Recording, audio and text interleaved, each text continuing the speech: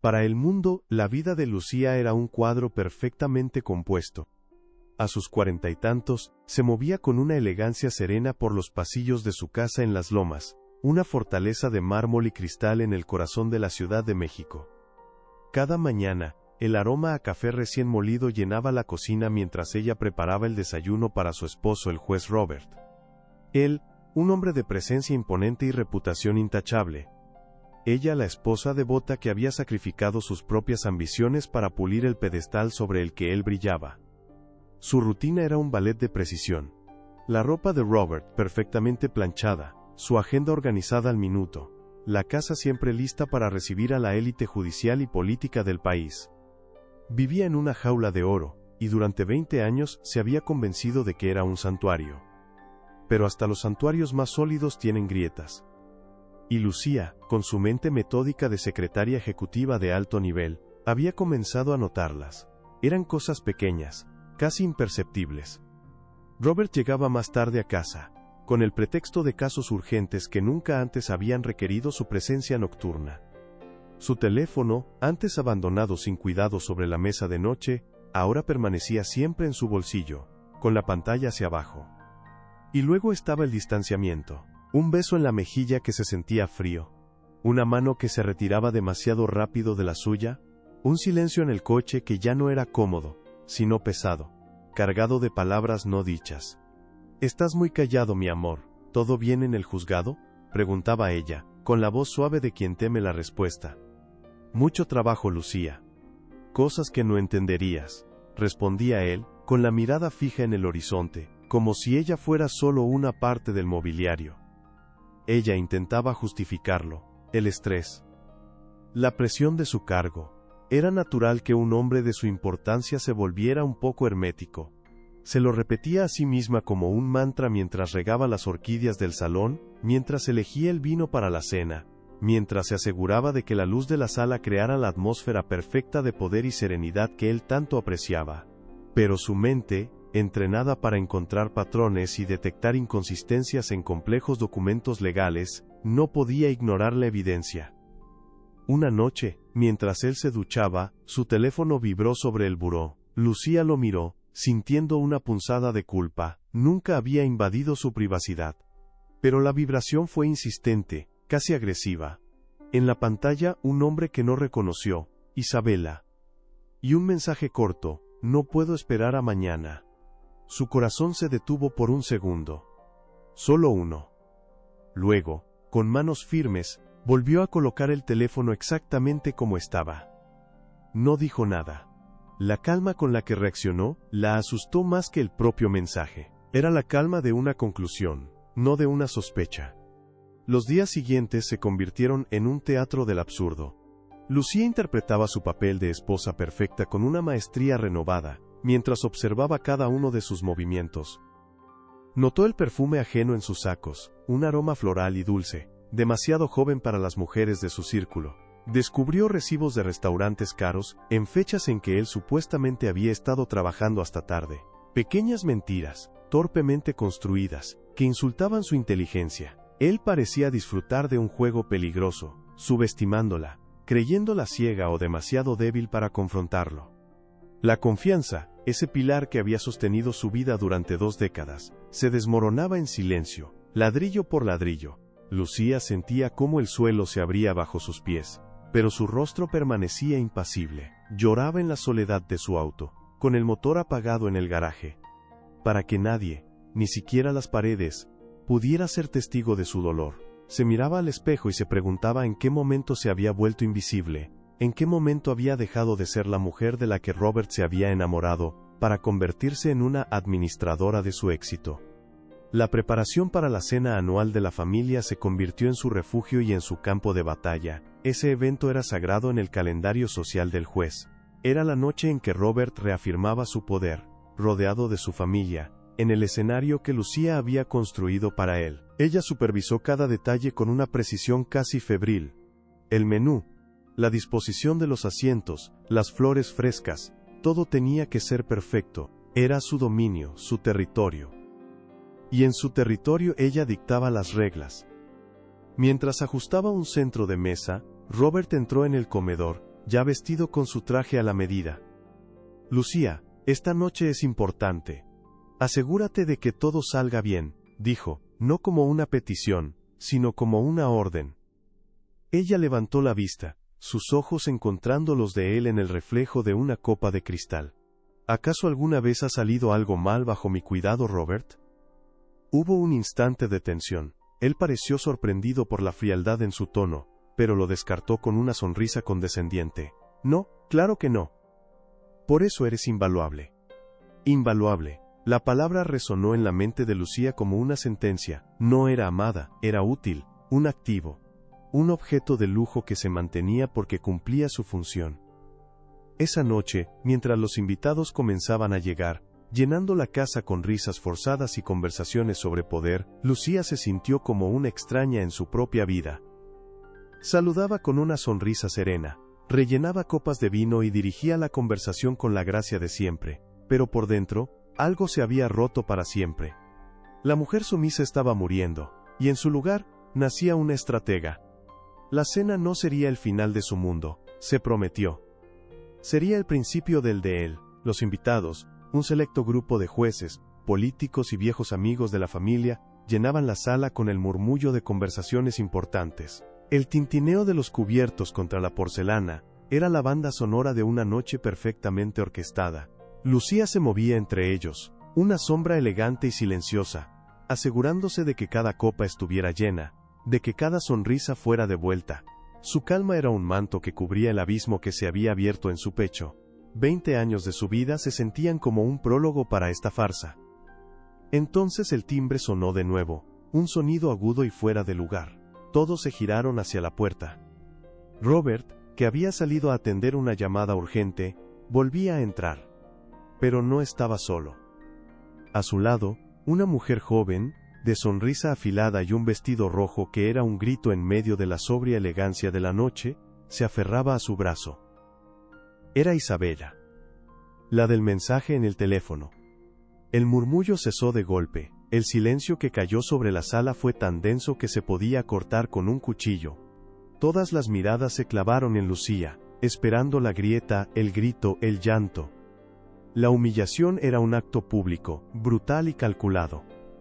Robert recorrió la sala con una mirada triunfante, disfrutando del poder que le daba destrozar a su esposa frente al mundo que ambos habían construido. Lamento la tardanza, dijo Robert, su voz resonando con una arrogancia insoportable. Quiero presentarles a alguien muy especial. Ella es Isabella, mi protegida, una de las abogadas más brillantes que he conocido. La palabra protegida flotó en el aire, cargada de veneno y desprecio. Isabella sonrió, una sonrisa de victoria, que no intentaba ocultar nada. Era una declaración de guerra en el corazón del territorio enemigo.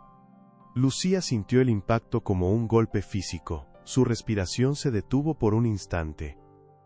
El corazón le martillaba contra las costillas, un tambor furioso en medio de su calma exterior. Pero sus manos no temblaron, su rostro no se descompuso.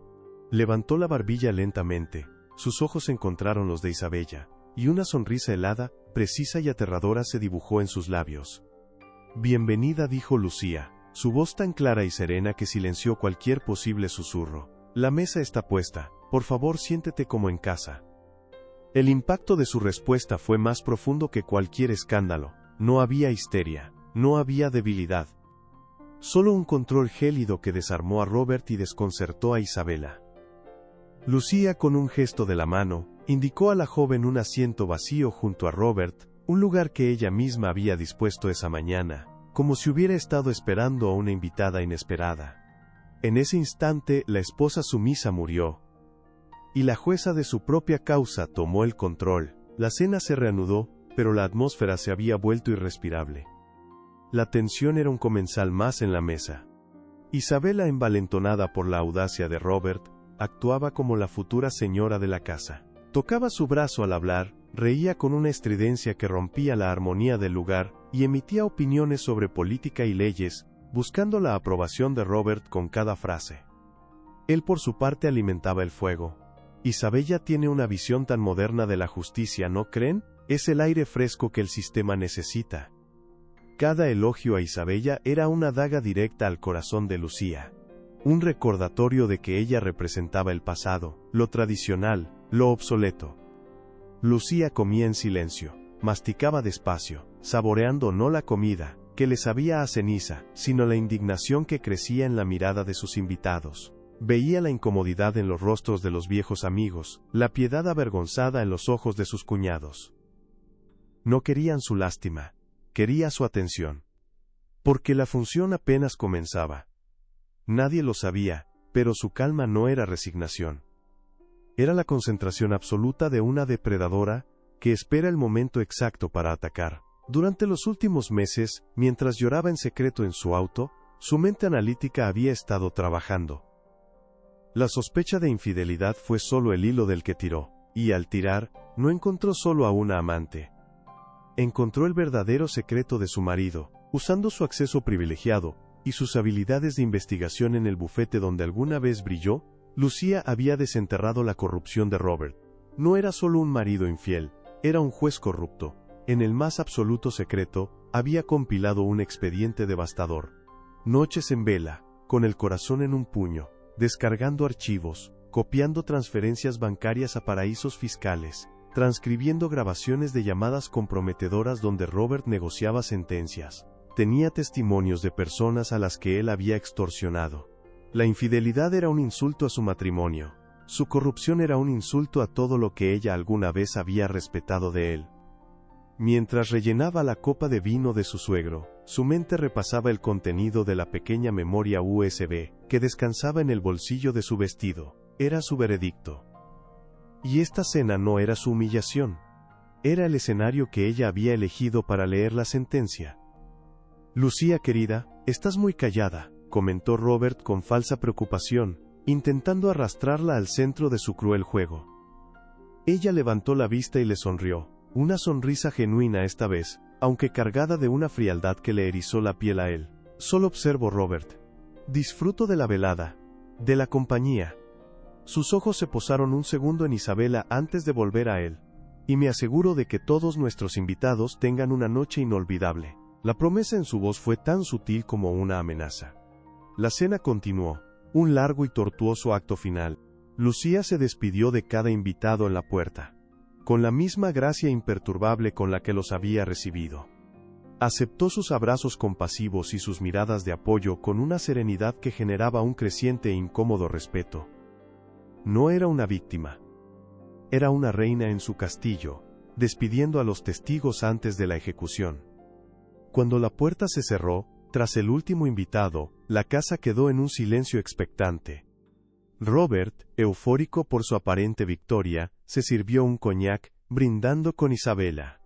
La miraba con la adoración de un hombre que cree haber cambiado un viejo trofeo por uno nuevo y brillante. Lucía los observó desde el otro lado de la sala. No había prisa en sus movimientos. El momento había llegado, su momento. «Brindemos», dijo Robert, levantando su copa de coñac. El líquido ámbar brillaba bajo la luz de los candelabros. «Por el futuro, por la honestidad». Isabella rió, un sonido agudo y metálico. Se acercó a él, pasando un dedo por la solapa de su saco. «Te dije que era débil». Ni siquiera pudo gritar. Algunas mujeres simplemente no saben cuándo su tiempo ha terminado. Lucía los observaba desde el umbral del comedor. No sentía dolor, ni siquiera ira, solo una fría y extraña claridad, como la que precede a una tormenta. El hombre que la había humillado y la mujer que se había burlado de ella, no eran más que piezas en un tablero que ella estaba a punto de barrer. Avanzó lentamente. El sonido de sus tacones sobre el mármol fue el único que rompió el silencio. Cada paso era deliberado, medido. Robert e Isabella se giraron al oírla. La sonrisa de él se congeló en su rostro, reemplazada por una irritación condescendiente. «Lucía, pensé que te habías ido a tu habitación a llorar», dijo él con un tono burlón. «¿Necesitas algo?». Ella no respondió. Continuó caminando hasta la mesa de centro de caoba, donde Robert había dejado su copa. De un bolsillo interior de su vestido, sacó un sobre grueso de color manila, y lo colocó sobre la madera pulida. El sonido fue suave, casi imperceptible, pero resonó en la sala como un disparo. Robert soltó una carcajada. ¿Qué es esto? ¿La demanda de divorcio? Te felicito por la rapidez, pero ahórrate el drama. Mis abogados se pondrán en contacto con los tuyos. Te daré lo justo, por los años de servicio. La palabra servicio fue el último insulto. Lucía mantuvo la mirada fija en él, impasible. Ábrelo, Robert. Con un suspiro teatral, él tomó el sobre, rasgándolo con desdén. Esperaba encontrar un documento legal, un reclamo emocional. En su lugar encontró una sola hoja de papel. No era un texto legal, era una lista. Una lista simple, escrita a máquina, con una precisión letal. Caso, no. 784B. Juez ponente, Robert Alarcón. Cuenta bancaria no. 4589332198870. Islas Caimán. Transferencia, $2.50 millones de dólares. Nombre, Constructora Sol del Norte. Veredicto, absolutorio. Y debajo, otra línea. Y otra más. Una letanía de números de caso, cuentas en paraísos fiscales, nombres de empresas y sentencias que apestaban a corrupción. Su rostro, antes sonrojado por el alcohol y el triunfo, perdió todo color. Se volvió de un blanco ceroso. La mano que sostenía el papel comenzó a temblar violentamente. Junto a la hoja, una pequeña memoria USB de color negro cayó sobre la mesa. ¿Qué es esto?, balbuceó, su voz apenas un susurro ahogado. La arrogancia se había evaporado, reemplazada por un pánico puro y visceral. Es un resumen, dijo Lucía, su voz tan tranquila que era aterradora. El expediente completo está en esa memoria. Grabaciones de tus llamadas negociando sentencias, copias de las transferencias, testimonios jurados de los intermediarios que usaste. Todo. Hizo una pausa, dejando que el peso de sus palabras lo aplastara. Mañana a las 9 de la mañana, copias idénticas de esa memoria llegarán al escritorio del presidente del Consejo de la Judicatura, a la Fiscalía General y a los 2 periódicos de investigación más importantes del país. Isabela, que había estado observando la escena con una creciente alarma, dio un paso atrás. Su rostro de depredadora se había transformado en una máscara de cálculo. Vio a un hombre poderoso caer, y supo instintivamente que debía alejarse del derrumbe. Robert la miró, buscando ayuda, buscando una salida, pero los ojos de su protegida estaban fríos. Ya lo había abandonado. Lucía deslizó otro juego de documentos sobre la mesa, junto a una pluma estilográfica. ¿O puedes firmar esto? Él bajó la mirada. Era un acuerdo de divorcio por mutuo consentimiento. En él, Robert le cedía a Lucía la totalidad de su patrimonio, la casa, las cuentas de inversión, las propiedades. Todo. Junto a él, había una confesión, detallando cada uno de sus crímenes, un documento que ella guardaría como su seguro de vida. Tú eliges, Robert, continuó Lucía. Tu libertad a cambio de mi silencio, una vida modesta, en el anonimato, o el resto de tus días en una celda, recordado como el juez más corrupto de la historia de este país. Isabela no esperó a oír más. Agarró su bolso de diseñador, un trofeo de una victoria que nunca fue suya. Yo no sé nada de esto, dijo con la voz temblorosa, mirando a Lucía, no a Robert. Yo no tengo nada que ver. Y sin una segunda mirada, se dio la vuelta y salió de la casa. El sonido de la puerta principal cerrándose fue la sentencia final. Robert se quedó solo, rodeado por los restos de la fiesta que había organizado para celebrar su poder. Miró los papeles, miró el rostro de la mujer a la que había subestimado, la mujer a la que creía haber destruido. Y en sus ojos no vio odio, ni siquiera satisfacción. Vio justicia. Con la mano temblorosa de un anciano, tomó la pluma, se desplomó en el sofá, un hombre roto. El único sonido en la inmensa sala fue el rasguido de la punta de la pluma sobre el papel, firmando el fin de su mundo. Lucía recogió los papeles firmados de la mesa. No hubo un temblor en sus manos, ni una lágrima en sus ojos, solo el frío y eficiente movimiento de quien archiva un caso cerrado. Dejó a Robert hundido en el sofá, un rey destronado en un palacio vacío, y subió las escaleras hacia la que había sido su habitación durante 20 años. No se detuvo a mirar los retratos en las paredes, ni los objetos que alguna vez tuvieron valor sentimental. Eran reliquias de una vida que ya no le pertenecía. Empacó una sola maleta, con lo esencial: su ropa, sus libros, su laptop. Antes de salir se detuvo en la puerta y miró hacia atrás por última vez. Robert no se había movido. Era solo una silueta oscura en medio del lujo que ahora le pertenecía a ella. Un lujo que se sentía tan hueco como el hombre que lo había conseguido. La caída del juez Robert Alarcón no fue un estruendo, sino un lento y silencioso desmoronamiento. Tal como Lucía había planeado, no hubo un escándalo público inmediato. Simplemente, desapareció. Un día estaba en la cima del poder judicial, y al siguiente, había solicitado una licencia indefinida por motivos personales. Sus amigos, esos hombres poderosos que habían brindado en su casa, dejaron de devolverle las llamadas. En los pasillos del poder, su nombre se convirtió en un susurro incómodo, una historia de advertencia sobre un hombre que, de alguna manera, lo había perdido todo de la noche a la mañana. Meses después, Robert vivía en un pequeño departamento alquilado en una colonia de clase media. Había vendido el único auto que Lucía le había dejado para poder pagar la renta.